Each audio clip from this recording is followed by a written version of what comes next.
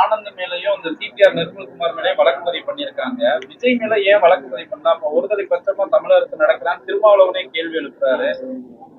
அதை எப்படி நீங்க பாக்குறீங்க? ஏன்னா திருமாவளவன் அண்ணன் கேள்வி கேட்டதுக்கு பதில் சொல்ல வேண்டியது காவல்துறையை கையில வைத்திருக்கிற மாண்புமிகு முதலமைச்சர் முத்துவேல் கருணாநிதி ஸ்டாலின். நீங்களும் நானும் அதுல பதில் சொல்லி ஒன்னும் ஆக போறது இல்லை. அவர் கேட்ட கேள்வி நியாயமான கேள்வி, அவரு நியாயமில்லாத கேள்வியா அப்படின்னு பதில் சொல்ல வேண்டியது மாண்புமிகு முதலமைச்சரை. நீங்க அவரை கேட்க மாட்டீங்க, எல்லாத்தையும் போட்டு கேட்கறீங்க, எப்படி சொல்ல முடியும்? அது அதிமுக 10 ஆண்டுகால இருந்தாங்க, கொள்கையற்ற அதிமுகனால தமிழ்நாடு அதெல்லாம் பாதாளத்துக்கு போயிருச்சு, நாங்க தான் மீட்டெடுத்துட்டு வரோம் சிஎம் ஸ்டாலின். அவற்றிருந்து அவர் குடும்பத்தில இருந்து மீட்டெடுக்கிறதுக்கு தான் புரட்சி தலைவர் எடப்பாடியார் எழுச்சி பயணம் போய் 162 தொகுதி போயிருக்கிறாரு.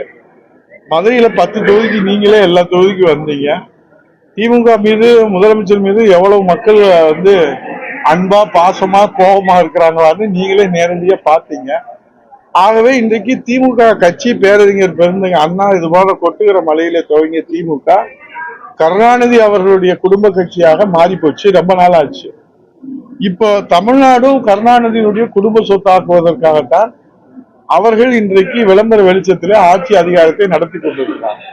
அதை தடுத்து நிறுத்தி மக்களாட்சியை மலர செய்வதற்காகவும் தமிழ்நாட்டு மக்களை கருணாநிதியினுடைய குடும்ப ஆதிக்கத்திலிருந்து மீட்டெடுக்கவும் இருவரும் தெய்வங்களான புரட்சித் தலைவர் எம்ஜிஆர், புரட்சித் தலைவர் அம்மா அவருடைய மறு வடிவமாக அவர்கள் காட்டிய வழியிலே புரட்சித் தலைவர் எடப்பாடி அவருடைய எழுச்சி பயணம் நடந்து கொண்டு இருக்கு. இந்தியாவுக்கே வழிகாட்டியாக செயல்படுற அளவுக்கு நாங்க நிலையான கோட்பாடுகளை வகுத்து நாங்க சீர்படுத்தி வருகிறோம்.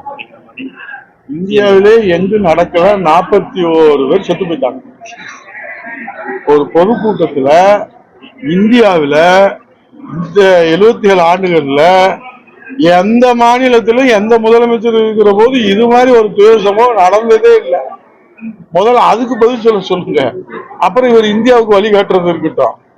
முதல்ல இந்த தமிழ்நாட்டுக்கு முதலமைச்சரா தமிழ்நாட்டுக்கு செய்ய வேண்டிய கடமையிலிருந்து தவறிட்டாரு, அதனாலதான் இந்த நம்மளுடைய சகோதரர்கள் 41 உயிரை இழந்துட்டோம் அப்படின்றதுதான் இன்னைக்கு இருக்கக்கூடிய தமிழ்நாட்டு மக்களுடைய நிலை.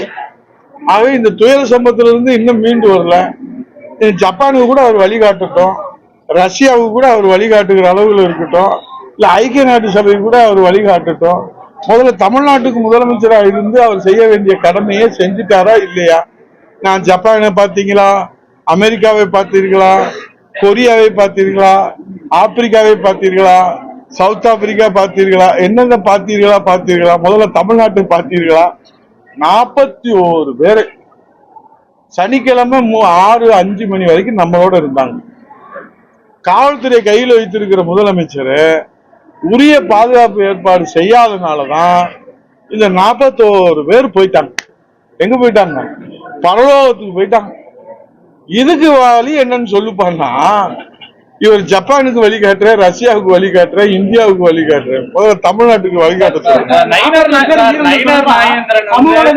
கருத்து பதிவிட்டு அவங்க கைது பண்றாங்க, செய்தி வெளியிட்டு அதை முடக்குறாங்க. இந்த மாதிரிலாம் அரசு நடக்குது.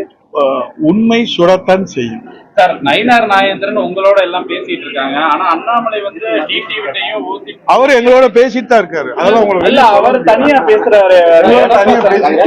பயணத்துல சரியா வருதாங்க சார் அந்த டீலிங்? எல்லாரும் கூட்டி கழிச்சு பாருங்க. எடப்பாடி பழனிசாமி திமுகவை வீழ்த்துவதற்கு அனைத்து இந்திய அண்ணா திராவிட முன்னேற்ற கழக புரட்சித் தலைவர் எடப்பாடி தலைமையிலான என்டிஏ கூட்டணி வெற்றி கூட்டணியாக நமக்கு அமையும். தமிழ்நாட்டு மக்கள் அதை வெற்றி அடையும். சார், நான் ஏன் கேட்கிறேன்னா, எடப்பாடி பழனிசாமி தவிர எந்த சாமியா இருந்தாலும் ஏற்றுக்கிறோம், டிடிவி பேசுறாரு, அவரோட அண்ணாமலை பேசுறாரு, அவர் பாஜக அதிகாரப்பூர்வ நபர் இல்ல, அதனால கேட்கிறேன். உங்களுக்கு ஏன் கவலை? அவர் அதிகாரப்பூர்வம் இல்லையா? அவருக்கு பதவி இருக்கா, பதவி இல்லையா? அவர் பேச்ச கேட்பாங்களா, கேட்க மாட்டாங்களா? அமித்ஷாஜி மாண்புமிகு உள்துறையுடைய அமைச்சர், எதற்கு? இந்திய நாட்டினுடைய உள்துறை அமைச்சர். ஓகேவா? இப்ப இந்தியா முழுவதும் மாண்புமிகு பாரத பிரதமர் அவருடைய எண்ணங்களை செயல் வடிவமாக்கக்கூடிய பொறுப்பையும் கடமையும் தன்மேல் கொண்டு அனைத்து மாநிலங்களுக்கும் நேரடியாக சென்று வெற்றி உறுதியம் வகுத்து அங்கே வெற்றியை உறுதி செய்கிறார்கள். அந்த அடிப்படையிலே தமிழ்நாட்டிலே புரட்சி தமிழக எடப்பாடியுடைய தலைமையிலே தான் முதலமைச்சராக புரட்சி தலைவர் எடப்பாடியார் அவர்களை முன்மொழிந்து வழிமொழிந்து அவருடைய இல்லத்திற்கே வந்து அந்த ஒப்பந்தத்தை இன்னும் வலிமைப்படுத்துவதும், அந்த பேச்சுவார்த்தைக்கு இரு தொண்டர்களுடைய மனமுற்ற அந்த எண்ணங்களை மனநிலை ஒற்று எல்லோரும் இணைந்து களத்தில் நின்று திமுக என்கிற குடும்ப கட்சி குடும்ப ஆதிக்கத்திலிருந்து தமிழ்நாட்டை மீட்டெடுத்து மன்னராட்சியை வீழ்த்தி மக்களாட்சியை மலர செய்வதற்கு அந்த உறவுகள் என்பது தமிழ்நாட்டு மக்களுக்கு தேவைப்படுகிற உறவு. அதனாலே நடுக்கம் கொண்டிருக்கிற ஸ்டாலின் அவர்கள் தரந்தாழ்ந்து நாளாந்தர ஒரு பேச்சாளரை போல ராமநாதபுரத்தில் அவர் விமர்சனத்தை போயிருக்கிறார் என்றால் நான் ஸ்டாலினுக்கு நடுக்கம் ஆரம்பித்திருக்கிறது. இந்த குளிர்ஜுரம் எந்த வகையிலே அவர் அதிலிருந்து பாதுகாத்துக் கொள்ள போறார் என்பது தமிழ்நாட்டு மக்களுடைய தீர்ப்பிலே அமைந்திருக்கிறது. நன்றி. இபிஎஸ் கூட்டத்துல டிவிக்கு கூடியெல்லாம் வர்றாங்க, போஸ்டர்லாம் எடப்பாடிக்கு தொண்டர்களுடைய எண்ணங்கள், தொண்டர்களுடைய மனநிலை, தமிழ்நாட்டு மக்களுடைய மனநிலையுடைய பிரதிபலிப்பு தான் அந்த காட்சிகளாக நமக்கு புரிகிறது. செய்திகளை உடனுக்குடன் தெரிந்து கொள்ள கீழ்கண்ட கேபிள் மற்றும் டிடிஹெச் நெட்வொர்க்குகளில் எம்நாடு செய்தி தொலைக்காட்சியை காணுங்கள். பாதகம் செய்பவரை கண்டால் நாம் பயம் கொள்ளலாகாது பாப்பா. மோதி மிதித்து விடு பாப்பா, அவர் முகத்தில் உமிழ்ந்து விடு பாப்பா. அண்மை செய்திகளை உடனுக்குடன் தெரிந்து கொள்ள இணைந்திருங்கள் எம்நாடு தொலைக்காட்சியுடன்.